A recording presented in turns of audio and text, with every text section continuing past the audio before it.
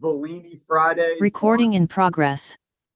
Bellini, Arnold, Mendez, and we're evaluating the weather. Obviously, the outlook for Sunday is not great, so we'll try to finalize a decision on how to manage that day. Do we need to bump up and try to play 2 games on Saturday? So we'll sort that out this afternoon. But it actually looks similar to last weekend where that rough weather rolled in, and it was rough last Sunday.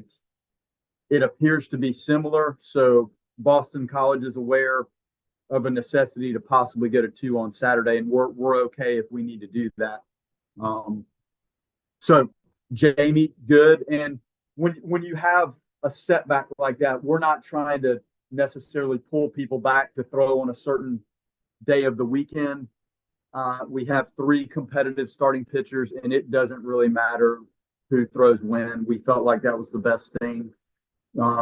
We're waiting on some more testing on Chrest, so hopefully that's not a severe issue, but clearly that put a damper on how that game Tuesday started. But we're in good shape. BC, very experienced, probably the oldest. 10 seniors or grads on the pitching staff. Very balanced, and they've moved guys around. They've done a nice job finding the right roles for their pitching staff. They had a really nice weekend. When you go to Virginia and win a series, that says enough about their capabilities. Todd does a very nice job instilling his personality and his type of play to the team.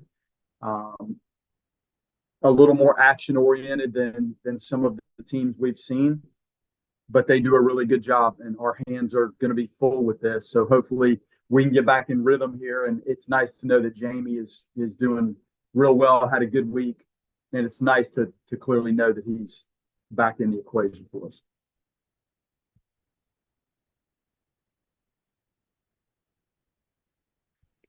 Coach, you kind of touched on it last Saturday, but Saturday you changed the lineup a little bit and then you kept with it on Tuesday. What were you hoping to get out of that? And do you think that's a lineup that you're going to continue to go with moving forward, or you're going to try to move some pieces around coming into this weekend? Well, you kind of look at who you're facing, and that does factor in. Clearly, the at-bats Tuesday, not great.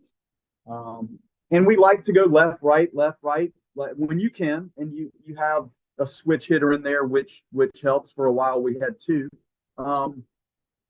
So you kind of look at a lot of different reasons to do it. And I'm not set on any one thing. Clearly, I was very impressed with Florida's arms, and all of the guys had really good stuff. So I'm not set on any specific lineup. Quite frankly, we're a little limited with our personnel options in some areas. So how you move them around, it's something we have to look at as we enter that specific game and who they are starting. And they've used different starters. And I think the righty, if they go with Kip again, it's kind of a right-handed sinker, good slider, uses his changeup. So we'll sort it out. At the end of the day, and we've talked about this all year. I know we look at our numbers and offensively they look fine, but I've had concerns, and I've told you guys about just the consistency of the quality of the at-bat, the timing of fastballs, and then unpacking the secondary pitches in those short little stints where you have a 100th of a second to figure out what that secondary pitch looks like and where it's going. So that's something I've seen, but it has been a concern with just the flat out consistency of the recognition and the quality of that bat, regardless of where we put some of the pieces. I've seen all of the guys do it. We just haven't done it maybe as consistently as I would like to feel like you have a threatening 9 guys top to bottom that roll that thing over 4 or 5 times, giving you a real competitive look. Last week and this week is where you really start to build up the pitchers. Maybe they're pushing triple digits. How does last week affect Jamie's build up? I guess what kind of pitch count do you expect to be on after a week off? Well, I think when you look at it, he hasn't thrown more than 75 pitches or so. And I don't have it in front of me as what his workload has been. It hasn't been as extensive as when you look around the country of what a lot of guys have done. And there was some awkward, I think I look back, it might have been the Georgetown series where we actually scored a lot and there were pitching changes and he had very lengthy repeated downtime. So we were concerned about that and didn't lengthen him out. So it's just been one of those things where we've been on the conservative side. We haven't just let guys run. We do like our depth in the bullpen. And there have been times we've wanted to get other guys a look early in the season so they experience what it's like out there and we learn more about their capabilities. So we are at a point where we need to do it with Jamie. He's probably still in that threshold of 75 pitches tops, I would guess. Mike and I talked a little bit about it yesterday. He just finished his work today, so we haven't really met to see where we're headed with that Saturday. But logically, you're probably not going to go from 75 off a week to thinking somebody's going to go throw 110 pitches.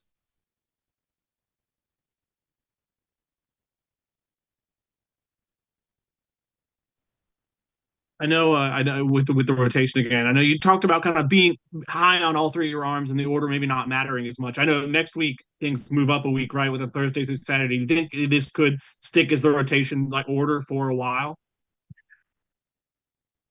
I don't know. I mean, it's hard to predict like how this stuff plays out. I have no problem with this. One of my most competitive teams. It's been a while. We had a year at Auburn. We rolled through the SEC, and our best pitcher, one of the guy that pitched in the big leagues for a good while, threw on Sunday the whole year. So how you line this up, number one, is the health and safety of the guys. And then if you feel like getting into a weekend, somebody's clearly better on Friday, and you try to tier it that way. I mean, there's a lot of different reasons. Some people would tell you throw your most competitive, complete guy on Saturday to give your bullpen Friday and Sunday a little bit more rest. So there's a lot of ways to look at it. I think it's similar to talking about the lineup. It's the quality and the consistency, and then clearly the health and how it lines up. But if the guys do their job, these three have shown they're all very competitive. So it's hard to pick, an order right now looking at next week. I need to see how this goes. And then we'll turn to the following week and see if there's a reason or even a thought of shuffling it again on a shorter week. Coach, do you have any injury updates about the guys in the outfield, Delamalure, Williams, Plain? Delamalur's back, ready to go. Chase Williams, we're still a little ways away, but trending in a really positive direction. Plain, pretty significant setback. Like we're not close there yet. So one's ready, one is getting ready, and the other one is still on hold for a while.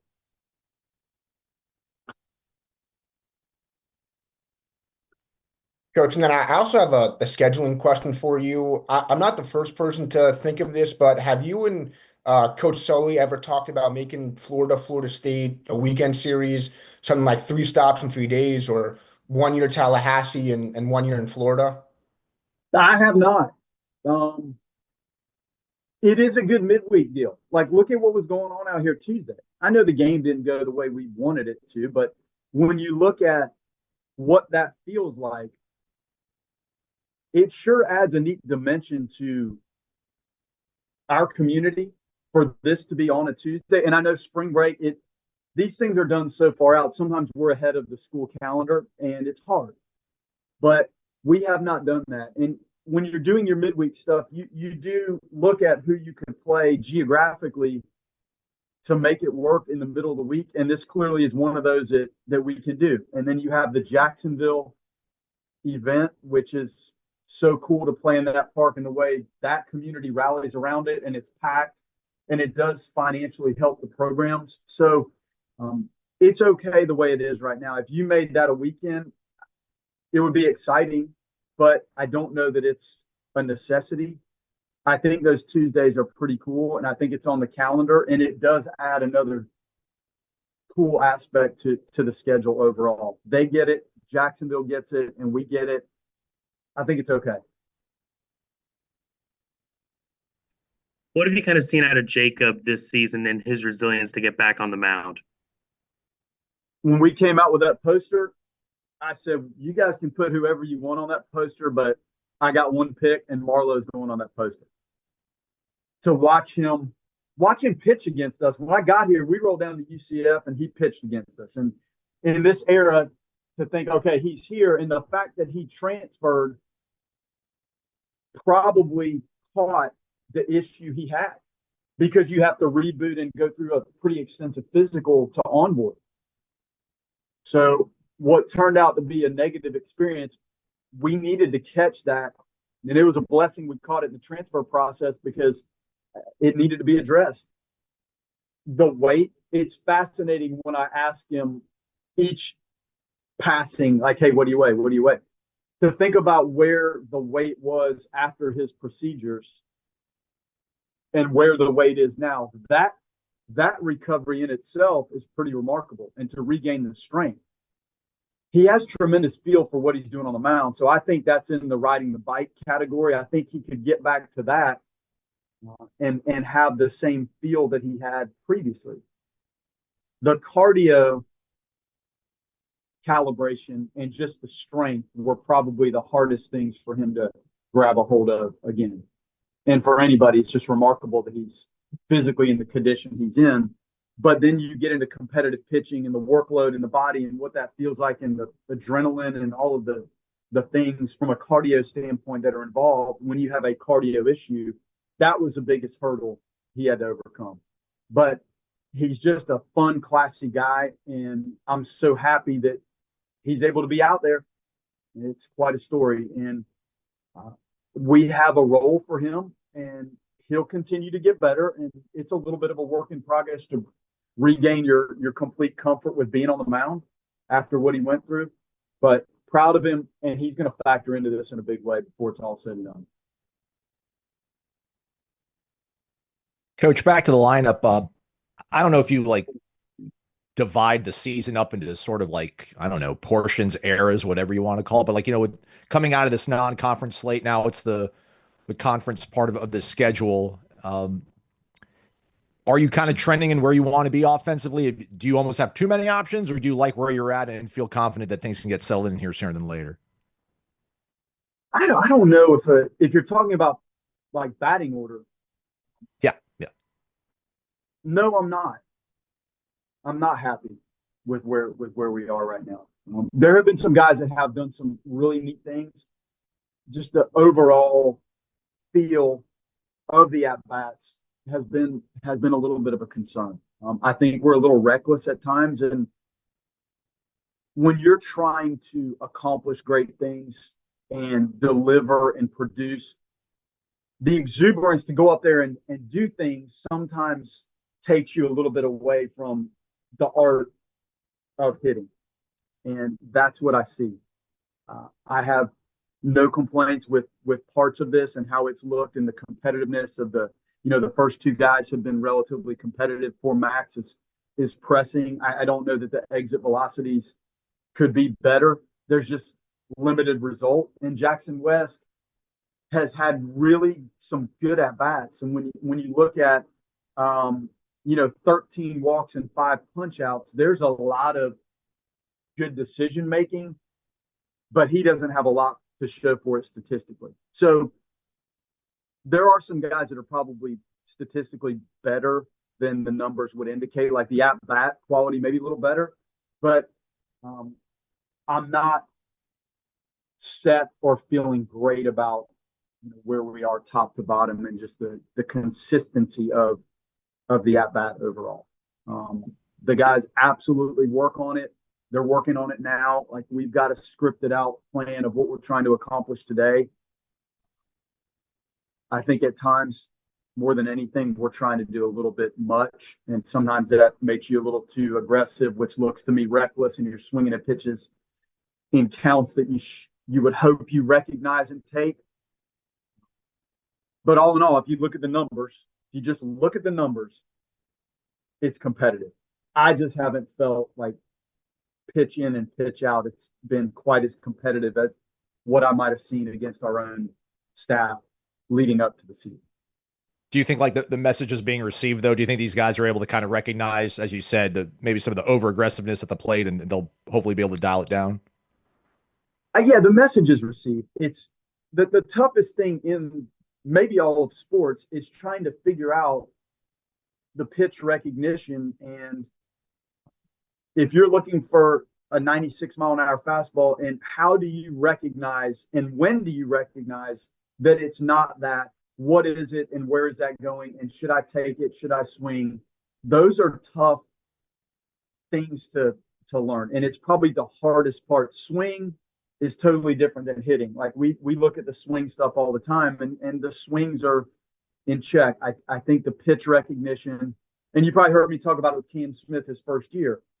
Sometimes that progression of recognizing where that breaking ball starts and where it's going to be when it's in the hitting zone, or where it's going to be when it's not in the hitting zone, are the most complicated yet critical factors in the art of what's going on between release and ball in zone.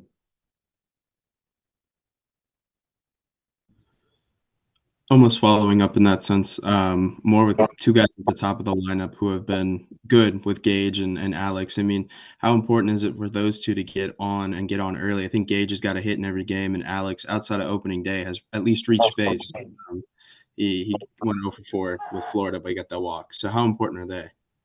Those guys are great, and they understand. They understand the base running part. I think they understand the playbook. And when you have left, right, and then left, and then right, like I think it's tricky on the bullpen matchups, and that's part of the reason we try to stagger the lineup. Those two have been very competitive, and when you look at how hard they're hitting some of these balls and the impact, when you look at the exit velocities, it says a lot. And you look at Lodi's, I've seen him hit balls out from the right field foul pole to the left field foul pole. And some of the balls he hits through the middle of the field, the consistency of the exit velocity has been really impressive. And Gage is right there. Like Gage has shot some balls into the left field corner. He's pulled balls, home run, ball off the center field wall. There's some juice there. And that's what you want. These guys work hard in the weight room. They work hard at their craft. And those two guys have been consistent with what they're doing. Basically swing, at bat, and knowledge of self. Coach, you put a big emphasis this year on every game and every pitch having an impact, but is there another level or switch that you guys have to get to, obviously now that conference play is starting this weekend? I don't think so. Like the consistency of how you approach this needs to be that. It builds off of the first game of the season, and you can't really change what you're doing because Florida was here, ACC's here, ACC tournament is here, like postseason. You have to approach this thing the exact same way, and that's the consistency that we fight for. And I think when we keep talking about the offense, I'm probably overcooking this a little bit and making you maybe feel that I'm more disappointed than I should be, but that's what we fight to do. So it doesn't really matter who we're playing or when we're playing or what we're doing. I told the guys I was in spring training one year, and some of the major league guys came down to the weather in Tucson was jacked up, and we had to get some of the big leaguers some at bats. It's probably the best game of baseball I've seen in my life, and nobody watched it other than a couple of the Rockies staff and scouts, and we were on a backfield plane. I've never seen anything like it in my life, and that stuck with me. So when it's time to go, we have to go. And I don't think you're trying to do anything different than that because of who shows up in the other dugout. If you're doing that, you're probably not approaching the games the right way. And then are you trying to do more than you should because of who walks through the gate? So we try to keep it the same. Coach, I'm curious, not so much about actual the game of baseball here, but just as a manager, as a coach, like what kind of formed your stance on talking about injuries? Was there anything when you were a player or in your short time in broadcast, I guess, just Some coaches get like really uncomfortable discussing injuries. I mean, I don't know if we're using it talking to the certain players and seeing if they're okay with you talking about what they're going through. I guess just what's kind of shaped you as a coach in terms of, divulging and revealing the injuries that your team's dealing with. Well, there are sports at the professional level that do have kind of an injury report. We don't have that. So I'm protective of what my sports medicine staff tells me is appropriate in terms of discussing injuries. And I stick to that. And I have to. And I always protect the kid, and I stay with the rules that I'm given and how to discuss these things. And it's very difficult. It's very difficult. But I try to keep it in the lanes as I'm asked to do. And I try to talk about availability best I can, and I try to relay a message. It is a difficult part of our sport.